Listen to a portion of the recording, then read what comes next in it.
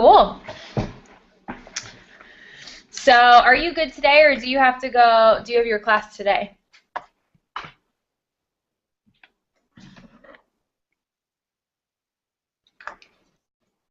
It starts on the 13th.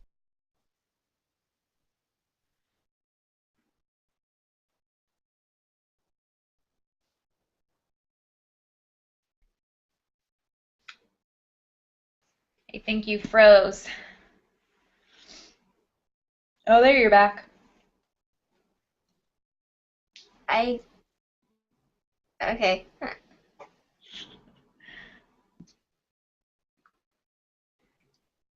How's your dog?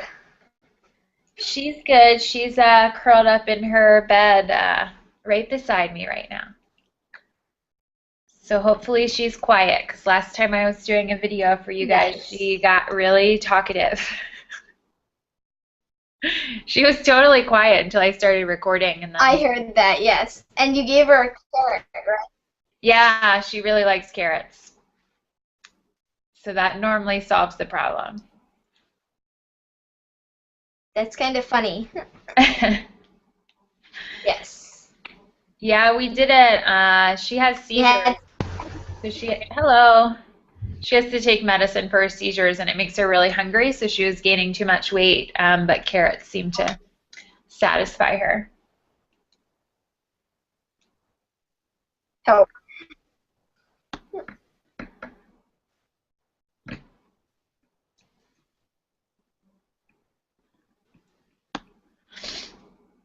All right, so we'll wait like 2 more minutes, and then we'll get going.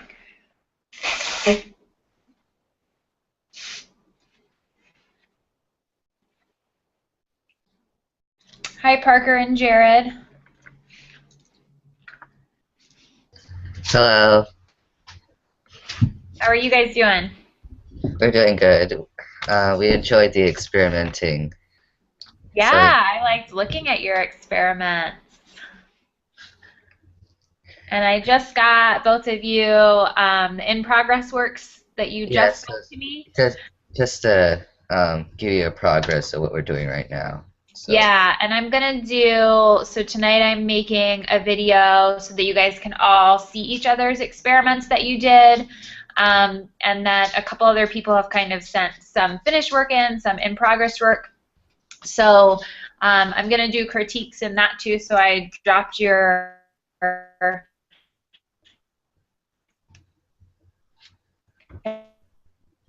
in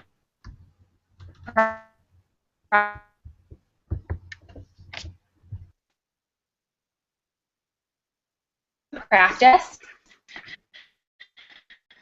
So the main focus of this just popped into the website and changed the document, which I'll pull up in a second because I realized I uploaded not what I was trying to upload this morning. So the main focus this week is you're going to continue working on your concentration pieces. And I put together a series of activities to help you work on getting more clear on what is your personal voice and your personal aesthetic, and how can you get that to show up in your work. It is most definitely not an easy thing to do, but this is kind of some more questions to ask that hopefully will focus your thoughts a little bit.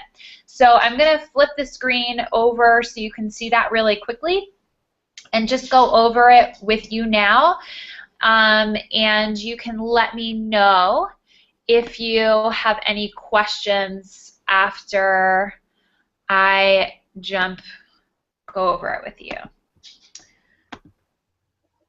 So this page. Okay, if you can just chime in real quickly and tell me that you can see my computer screen now. I see it. Okay, awesome. So Yep. what you're going to see is there are 7 different activities. You are more than welcome to do all 7 if you want to, but you don't have to. So you really only have to choose 5. So choose the ones that you think are the most interesting and would be the most helpful to you. So I'm going to explain them and then give you some time to ask questions if you have any. So the first activity is getting clear on what is your color palette, really thinking about what colors are you drawn to and what colors are you interested in using. If you know that you're someone that doesn't even really like to use color in general, this might not be the greatest activity for you. And I did a little review of what I went over in the color lesson last week, which I'm not going to chat about now. So what you will be doing when my computer catches up with me, so there are some examples in there, but basically what you're doing, so this is my example color palette. You're going to make a block like this. You can do it on the computer or you could do it on paper with any kind of medium that you want to. In the first box, you're picking one of your favorite colors. And then in the next box, you're picking a color that you like how it looks with the first color. Then you're moving on to box 2, and in box 3, you're picking a color that works with that color. So you're kind of going down the line and just matching the previous color. When you get down here to box 5, it's your choice if you want to have this color go with box 4 or if you kind of want to go another direction and have it match with box 5. So the goal of this is just to kind of get real clear on a piece of paper colors that you are attracted to and colors that you like how they look together. And so that would be one way that you could start to bring some of your own style and voice into your piece, that as you work on all your pieces, you would be pulling from this color palette. So before I move on to the next activity, are there any questions about that one? No. All right, cool. Next up. So this one's pretty simple. If you go to this website, it lets you upload images and then it will create color palettes for you based on that image. So for this one, if you choose to do it, you're going to take some pieces that you've created. They can be from this class or they can be from other times. It really doesn't matter. You're going to pull them up into the site and see what color palettes it creates for you. So this is just another way that you can kind of see what colors you're already naturally using. In activity 3, you're actually going to look at your favorite brands. So the reason that I chose brands instead of artists is because it's normally more obvious and easier to pick out really specific things that brands use to kind of connect everything that they do together. So some examples of brands that I just popped into my head and threw out there would be Apple, Nike, J. Crew, or Lululemon. It can be a brand that you like. It can just be a brand that you think of. It doesn't matter. And then you're going to answer these questions to the best of your ability about them. So what is their color palette? If you aren't sure, an easy place to check is what kind of colors are they using in their logo? What kind of colors do you see right when you go to their website? What is the story or purpose behind the brand? A couple clues, again, if you don't already know, to find it. If you go to their webpage, check if they have an about page. Most of them do, or like our story page, as well as looking at their tagline. And a tagline is a business's slogan. So like Nike's tagline is just do it. So that might help you clue into their story a little bit. 3 lists as many ways that you can see that they are telling their story. What I mean by that is how are they connecting this one central idea through everything that they use? So is it in their font, how they take photos, maybe how you move throughout their website, where you can buy their products, how they actually speak in the writing that they do, in commercials that they make. And the last one, rate their ability to show their personal voice throughout their brand on a scale of 1 to 5, 5 meaning that you would recognize their work absolutely anywhere. So again, like Nike is a really good example of one that their voice shows everywhere. Everywhere you see the little Nike swoosh, you know it's Nike. Apple is very good at that as well. Any questions about that one?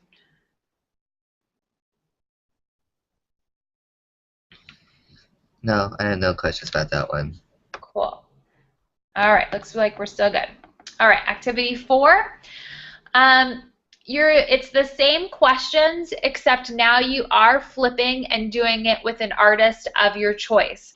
Like I said, this might be a little bit more challenging to figure out some of the information, but it's still a good and interesting practice. So for their color palette, I said if you aren't sure, you could use that Adobe website and pull it up.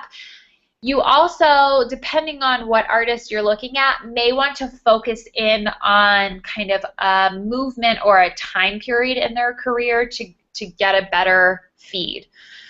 What is the story or purpose behind their work? List as many ways that you can see that they're telling their story, and again, you're rating your experience.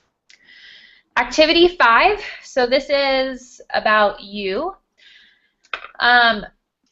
You're going to do the best to answer the following questions about your work. So this you have to use a little bit of imagination. So writing in these boxes, what will people say when they look at your work? What will people do when they look at your work?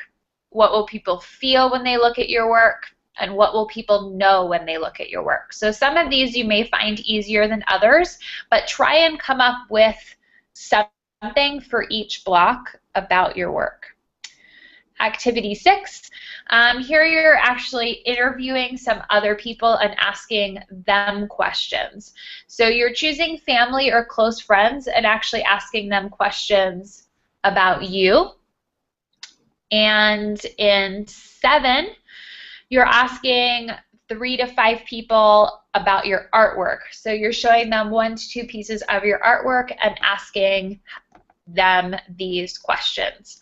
Then the last step is you're going back through all of this information that you gathered and seeing if you can really pull out what is unique about you, what are common themes, what are common words people use, what are common things that you're attracted to. So when you're looking at a brand or looking at an artist, what things kind of intrigue you about that brand or that artist, and thinking about how you can start to pull that into some of your work.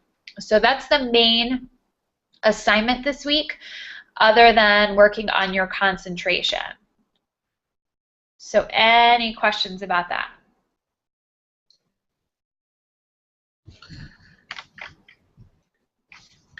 No, it's pretty straightforward.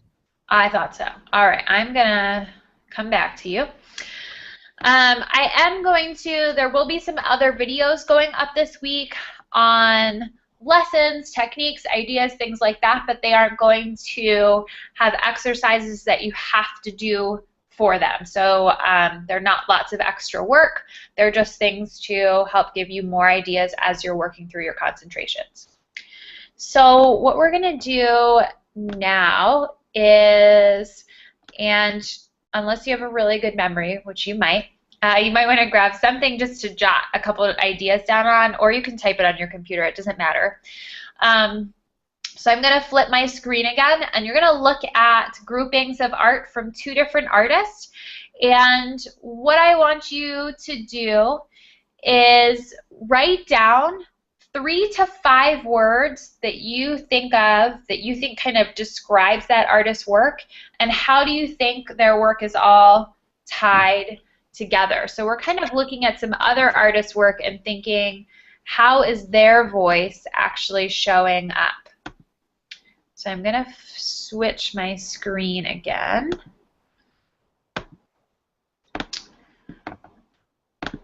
Whoa, wrong button. And all right, so can everybody see 2 artists' work up here now?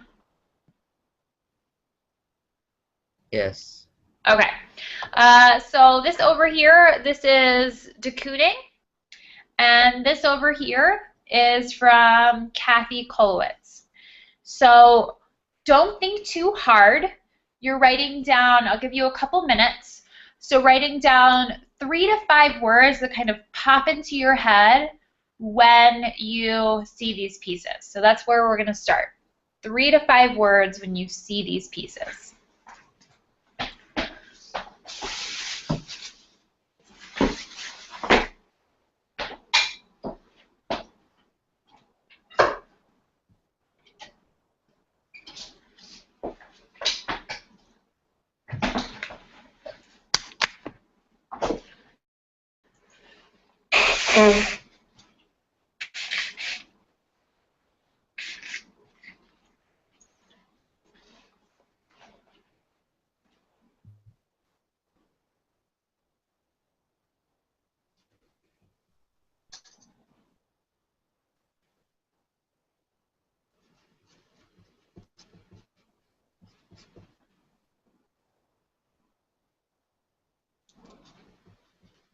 The next thing that you're going to write down is what emotion do you think of when you see this work?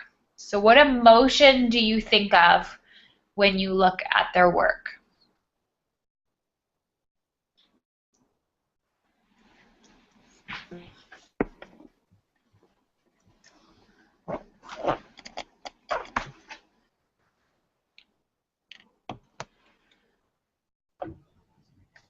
Oh, may I say something? Yeah. I would think that the art collection on the right has more of a ominous, more sadness appeal to it through its use of black and white, focusing on the form and the expressions on the person's face. Also, some of the images display a relationship between children and their parents, probably most evident in images 2, 3, and 4. Also, some of their poses are more static compared to the other artist's work, which has more repetitive lines and energetic colors, whereas this artist's collection has more still, protective, sheltering sort of appeal, which can be seen in image 4 of the group of children and the mother or figure wrapping around her hands. Yeah. Around. Yeah, totally. So the last thing that you're going to write, and this shouldn't be super long, so couple words, couple sentences. If you had to, in a very short amount of time, tell the story of these pieces, what story would you tell? So story or message that you're getting from it. And then we're going to share ideas.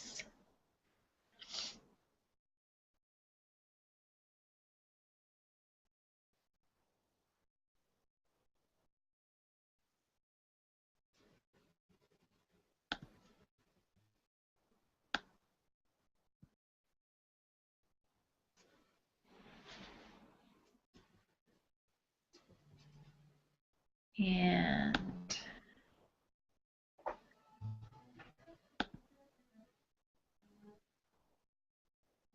I think I'm going to come back to you.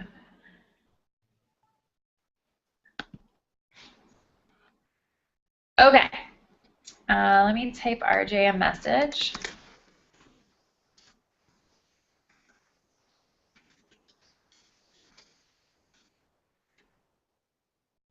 All right, so we're going to share some of the things that you thought. What was the first question I asked? Oh, 3 to 5 words. Okay, so who wants to share their words that they wrote down that describe the pieces?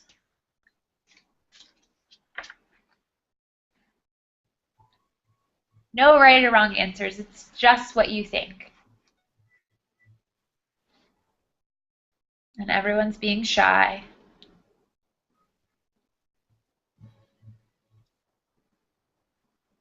You gonna go for it, Addie?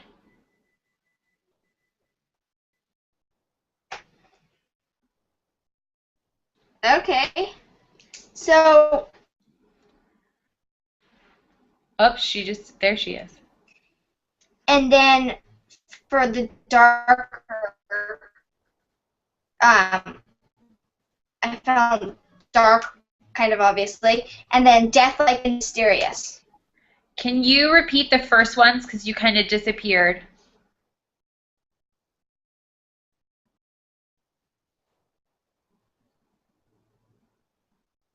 And now she totally disappeared. All right, well maybe she'll come back. Hello?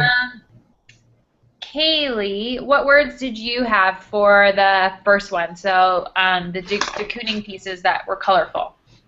I had bright and like whimsical and like wild and energetic because it's all over the page and it like moves your eye around. Cool.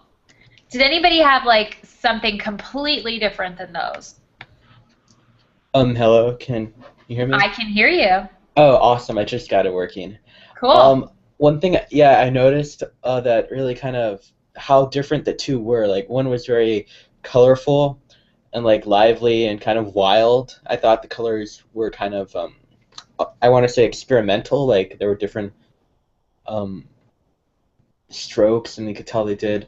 Well, another one was it was more focused on the subject Hmm. and not as much use of color.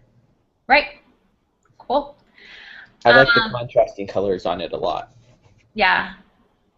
What emotions did you guys think of when you looked at the two groupings of work?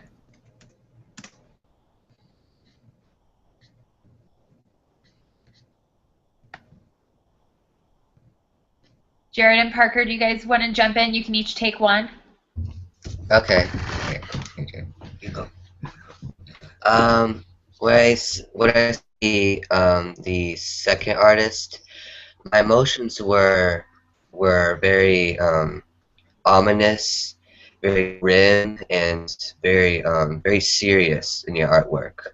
But the other one, it was my emotions were relaxed and very energetic when I see the pieces, and also very cre very amazed and by the creativity of the artist. Cool.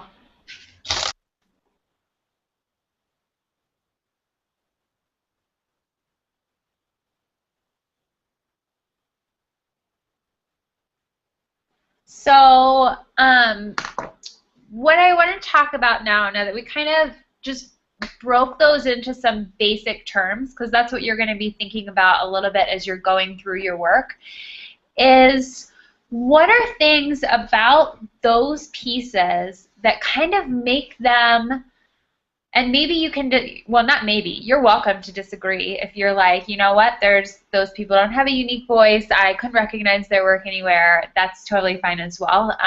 You never have to agree with me.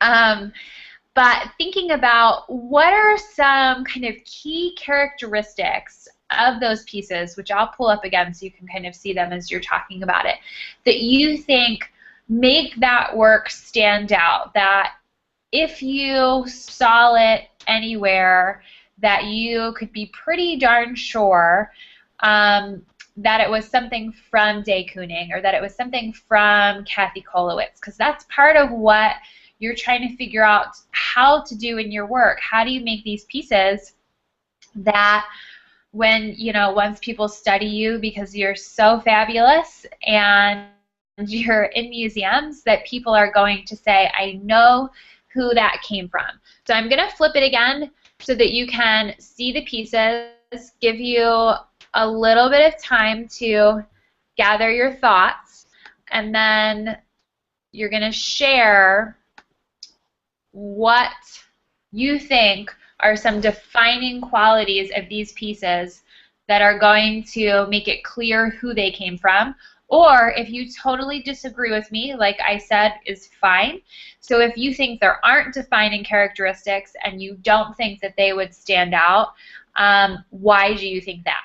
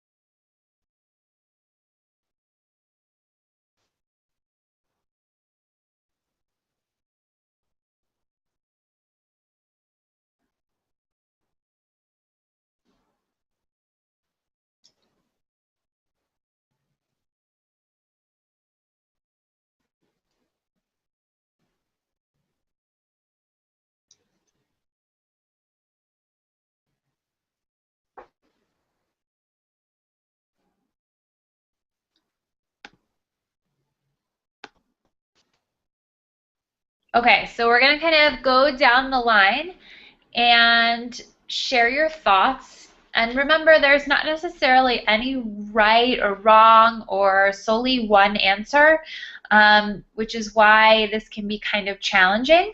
But we're going to try and see what's popping out, what's standing out to you. Addie, are you? I kind of think you're here. Are you able to talk, or you can chat to me and you can type your answers and then I'll share them with everybody?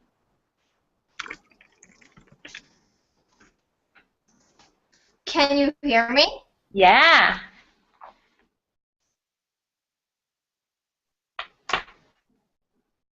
Okay. Good. So I found that tone, subject matter, and line quality made them all seem to be from one artist. Okay. Cool. We're going to jump to Jared and Parker because they have to go swimming soon.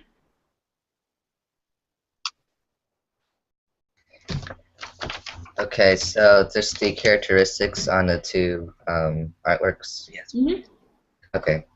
So the main characteristic I found with the second artist was that he focused on only mainly frontal positions and frontal perspective from the figures, and also most of the characters' faces are seen visible by the viewer, and they're only blank, bleak expressions which appear to be masking their pain in front of the viewers, which kind of gives an artificial appeal, but it has a serious and ominous feeling to it that is unlike the first artist collection, which I found. So if I was walking across the street or something, I was able to recognize this work for that main characteristic. For the first artist, I found that its boldness and willingness to jump in front of the audience to show what their work is as a major characteristic. The line qualities are more rapid and the colors are more vibrant, which I find to be a very defining feature for that collection of drawings that would grab my attention when I first look at it. Also, the first collection lacks a perspective, but has a variety of shapes and lines that span across the whole image in a creative way that would bounce the eye or angle the eye, what's it called? Eye movement across the page. Yeah. Good. I'm going to pass it off to your brother. Oh. He was hoping he could get away with you answering for both of you. Well, my brother kind of took everything. So. I know. Well, you can pull a couple key things out that stood out to you. Well, the second artist, what was very unique about it was that their eyes were very dark. And the children and the adults and the figures, their eyes are dark, completely black, which kind of reveals to the audience that they're, like my brother, they're masking the pain of their experience.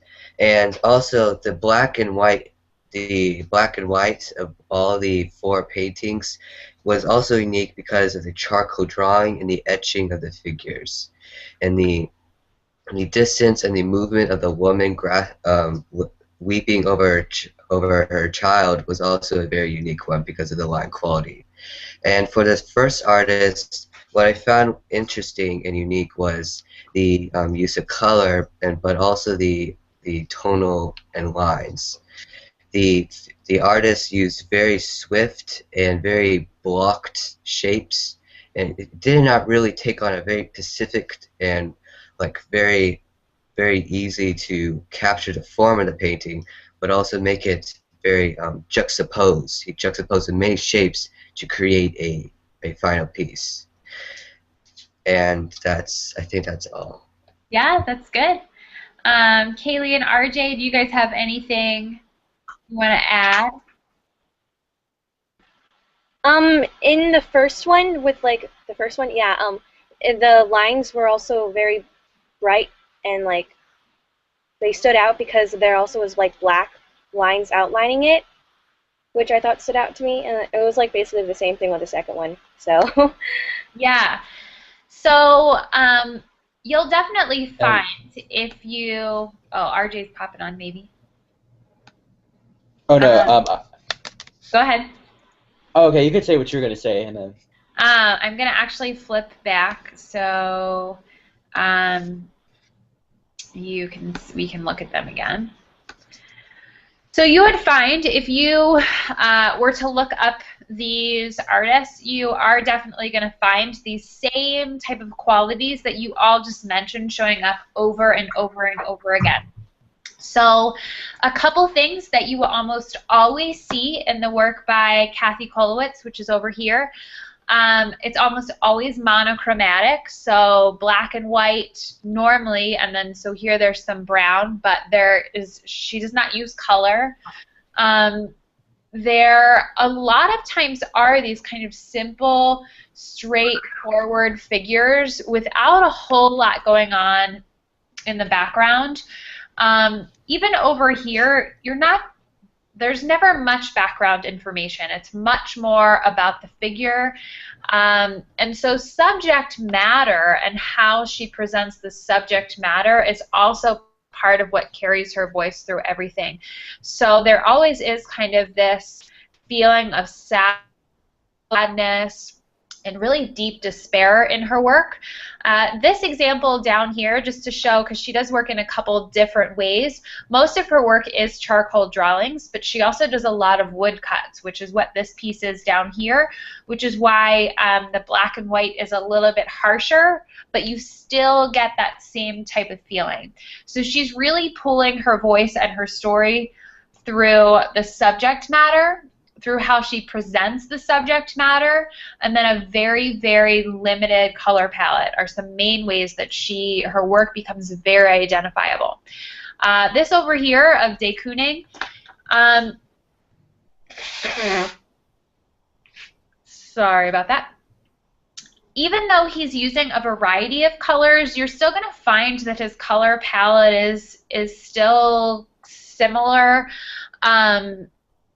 As far as the values and the tints and the shades that he uses, they all tend to be more abstract pieces. They have a little bit of a messy quality to them, a little bit of wildness to them. There does tend to be black outlining in the pieces and some big bold shapes. He does a lot with the female figure, which is probably more obvious when you see the titles of them. But so this right here is a female figure. So this is her face, this is her chest, and this is kind of her body. These are her legs down here.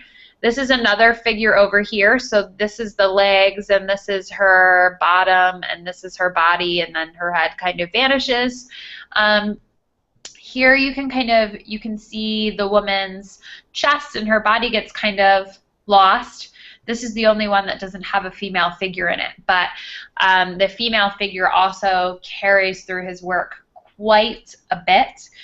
So I wanted you to look at those just to get a better idea as to how you can keep bringing yourself into your work. And I know Jared and Parker, you got to go, so happy swimming, gentlemen. Bye, guys. Thank you. Yeah, thank you. So while those were kind of the main things that I wanted to go over and look at with you all, and now I will just answer any questions about anything you want.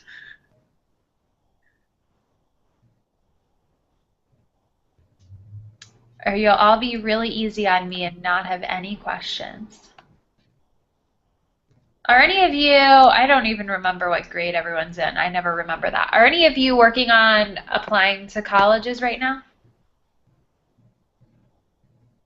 I've started looking into that, I'm in 11th, and I've started looking into that, No. Okay. I mean, you're welcome to, really, no matter what grade you're in, at any time, No, but I know what college. Well, I actually have it down to 2 choices now. So Wow, you're well ahead of the game. So at any time, you're welcome thank you. to ask questions about colleges or careers in the creative field or anything like that. So, because I do care about helping you in that as well if I can. So don't feel like you are limited to only asking me questions specifically related to this course. My goal is to get you through this course, but also just to be helpful in general. So anytime you want to know more about that, I have a lot of friends that actually their full-time job is being an artist. So I work in both worlds of the teaching, and then I have my own gallery and have lots of friends who do the whole deal full-time. So feel free to, at any point, pick my brain if you really are thinking, I would love to have a career in the arts, but I don't know how to do that, or I don't know what that looks like. I will do my very best to assist you. Thank you. Sure. Great, yeah. I'm not sure if I have any questions right now, but That's that's okay. great. Well, if you're all good, then I'm gonna let you go and start working on your video critique, because I got about 10 bajillion images from everyone this morning, which was actually wonderful. I loved looking at all of your experiments. I was almost late for work because I read your emails before I go to work in the morning, and I was like really into looking at all the images and not paying attention to what time it was. So that's a good problem. I did make it on time. So thank you for entertaining my Monday morning. And I'm going to share them with all of you because they were really, really fun, and some cool things happened so that you can get some ideas from everybody else. So the goal is for those to be up on the site maybe tonight, if not tonight, tomorrow morning. Everybody good? Yeah, I'm good. Thank you very much. Cool. All right. Well, thanks for hanging out, and have a great rest of the week. And as usual, let me know if you need anything. Bye, guys. All right. See ya.